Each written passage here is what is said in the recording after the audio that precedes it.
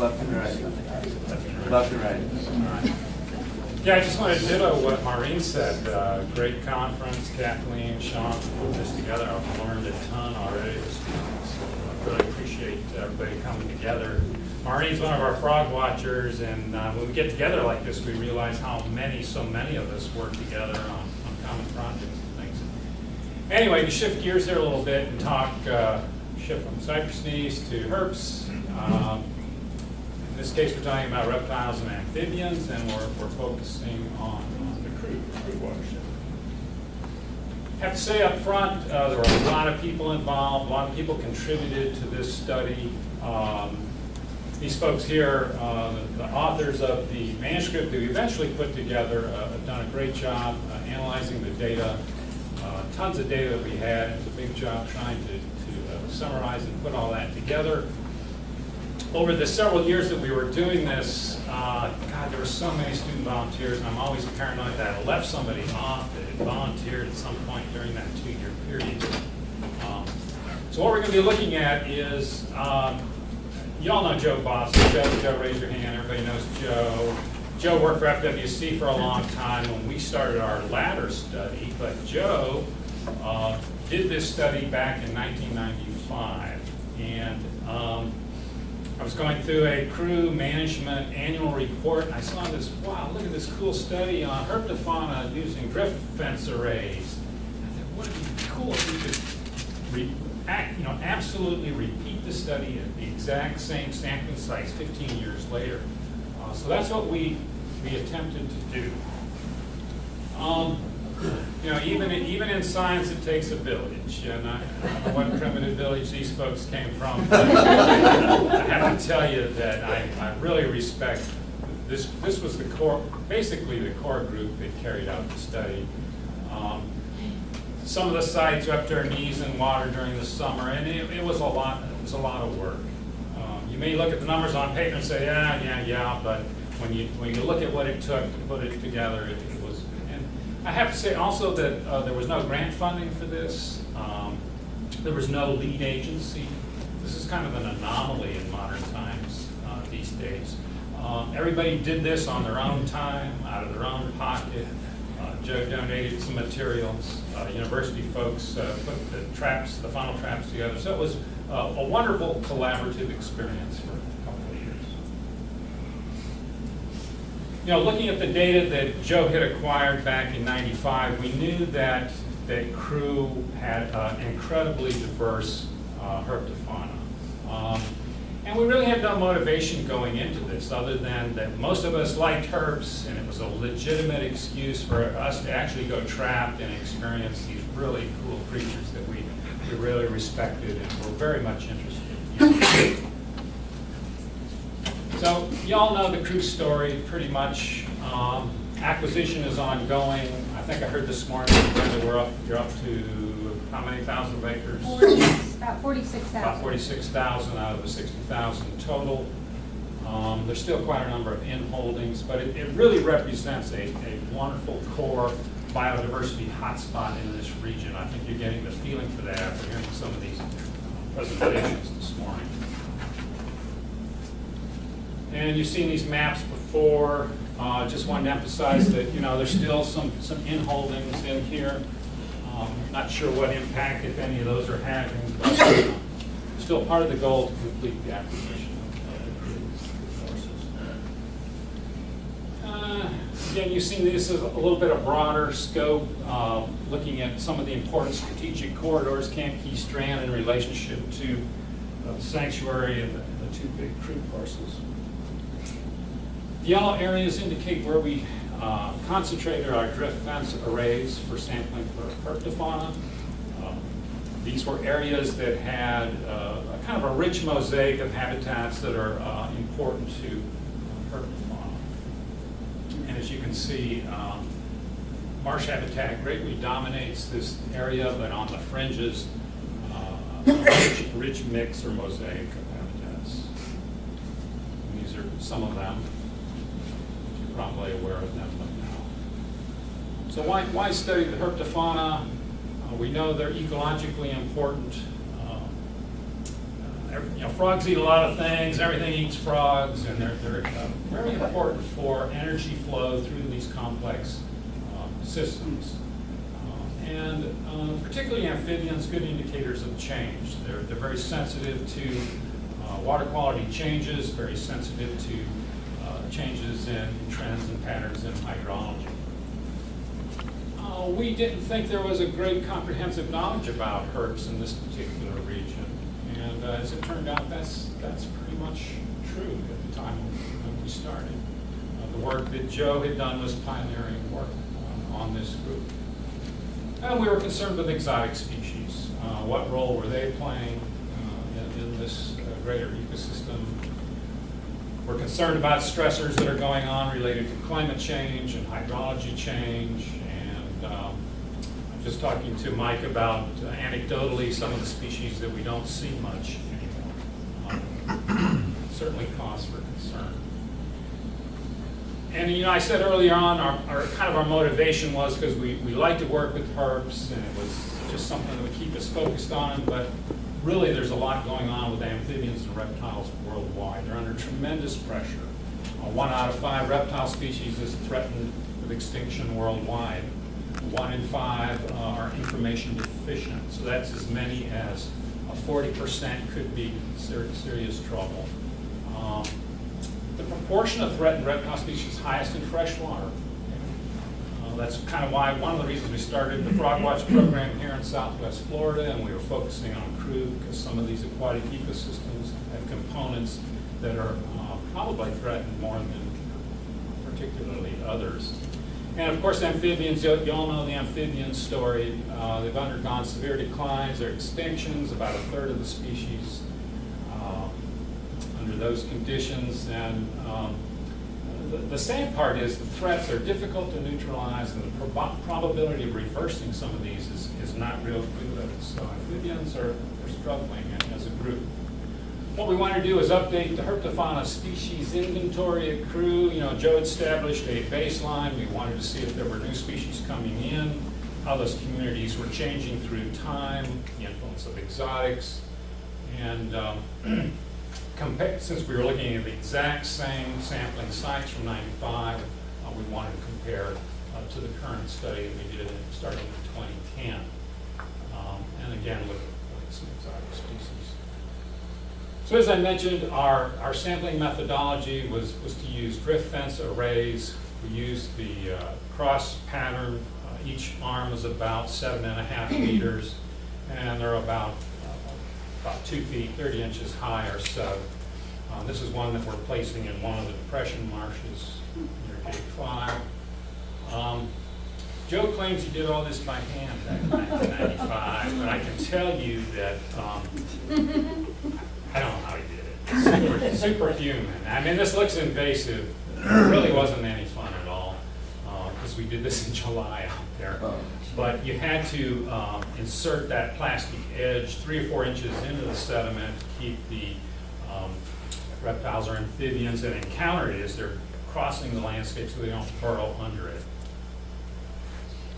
And here's a scarlet snake that basically, just to bring that point home, you don't want them going under or around, you want them going up to it and then following the fence down into the funnel trap at the end. If you look at the literature, a very commonly used method, there are some gear limitations. We had a funnel trap at the end of each arm, so we had 4 arms, 8 traps per array. So we were sampling 72 traps every time we went out. So we had a pretty robust approach to sampling with drift fence arrays. We made sure we weren't desiccating the animals, and they were kept under shade. We had a wet cloth in each one, and they were monitored daily. For 7 consecutive days, those were the months that we monitored in 2010 and 2011. Pretty similar to what Joe did in 1995, and pretty similar total number of days trapped. Okay, so these were the 4 habitat types: hammock, prairie, depression marsh, flatwoods. We had 3 hammock, 1 wet prairie, 2 depression marshes, and 3 in the flatwoods. we took a pretty robust approach to assessing both individual species contributions to how communities change. We also applied a variety of techniques for looking at how communities changes per habitat type through time, or per time, between time periods. Most of this was conducted through some pretty powerful software called primer software that's kind of based on, you basically develop a Bray-Curtis similarity matrix, and from that, correct me if I'm wrong, Wynn, from that you can do some additional analyses, the cluster analysis, the multidimensional scaling, some of the other applications. So we tried to apply as much of this as we could, univariate and multivariate approaches to understanding how individual species and communities change through time. So let's look at the results real quick. This is just looking at diversity. I didn't emphasize it, but funnel traps are a selected gear type. So you're restricting the kind of species you can trap based on the size of the opening. So it is somewhat selective, but it is pretty good at sampling, pretty good cross-section of the herpetofauna. So what we see here, looking at richness, which is probably the more valid metric for looking at diversity, the hammocks pretty much maintained their diversity, and it was variable throughout the rest of the habitats. 2 of the 3 of the flatwoods went down, 1 of the marshes went down, the prairie went down. So no real clear trend there other than the hammock habitats maintain their diversity. Don't try to study this too long, it'll make you cross-eyed, but what we're trying to do here with this hierarchical cluster diagram was to look at both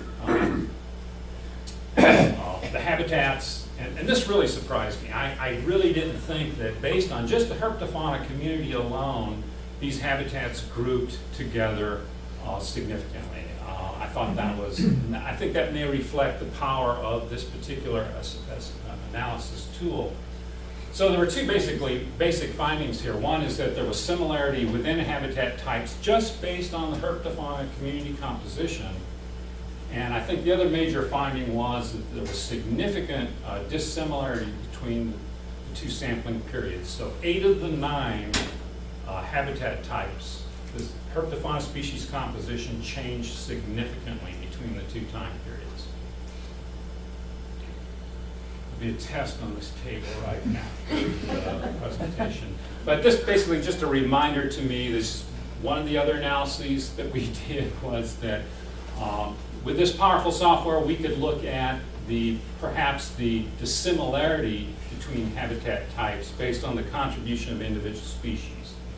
So with this particular analysis, 12 species accounted for about 50% of the dissimilarity between the 2 time periods and between the habitat types. I don't know if you recognize all those, but the top ones, the brown anole, the ringneck snake, pig frog, a greenhouse frog, greater siren, green anole. And these are the ones that either expanded the most or declined the most. I thought maybe this was a better way to do it. Let's look at the ones that were absent in the more recent study. We weren't too worried about the 2 turtle species, but the green anole and the Florida chorus frog, and perhaps the dusky pygmy rattlesnake were ones to be a little more concerned about. Kind of the big losers between the early study and the study we did that we replicated were the peninsula new, greater siren, pig frog. What do all these have in common in their life history requirement? They all require relatively long hybrid periods. These are the ones that decline perhaps most. The big gainers were these 4, and actually this one is kind of a little bit of an anomaly because the one array where we collected so many of these was kind of interrupting a migration path. So it really kind of biased the data. So really the only ones that gained significantly through that time period was the exotic brown anole and ringneck snake, and to some degree the oak toad. So there weren't very many species of the 30 to 34 to 35 that actually expanded their populations between the 2 time periods. These were the two exotic species. I'm sure you're probably familiar with them. They've been around a long time. Greenhouse frog pretty much doubled its numbers, didn't change its rank that much, but the brown and null increased incredibly. They went from a rank of about 27th to a rank of about 4th. So almost a 50-fold increase during that time period. So brown and nulls are doing really well there. Why did community composition change? That's a $66,000 question. We knew that between the early study and the later study, there were two historic droughts, one in 2001 and another in 07 and 08. The one in 07-08 was, I think, the most severe back-to-back year drought in recorded history in Southwest Florida. So we're thinking, you know, hydrology probably played a role in it. This is just cumulative rainfall data in the region. You see a downward trend through that time period. Just talking to Mike during the break about some other factors that may be affecting. I came to this area about 1978. This is what I remember urban development looking like to the north and east of this area. 1995, this is when Joe did his earlier study, 2014. Go back and look at the Bonita area and the Lehigh area, 1995. 2014, some pretty big changes in land use in the basin here. So, not saying that caused these changes, but could have had an impact on hydrology. Could have had an impact, even some, perhaps some microclimate or some climate changes as well as impervious growth. The other thing that we were a little concerned with the species we really were very rare in the early study or didn't get in either study that we really thought should have been here. They were sampling a very diverse mix of habitats, a habitat-rich region.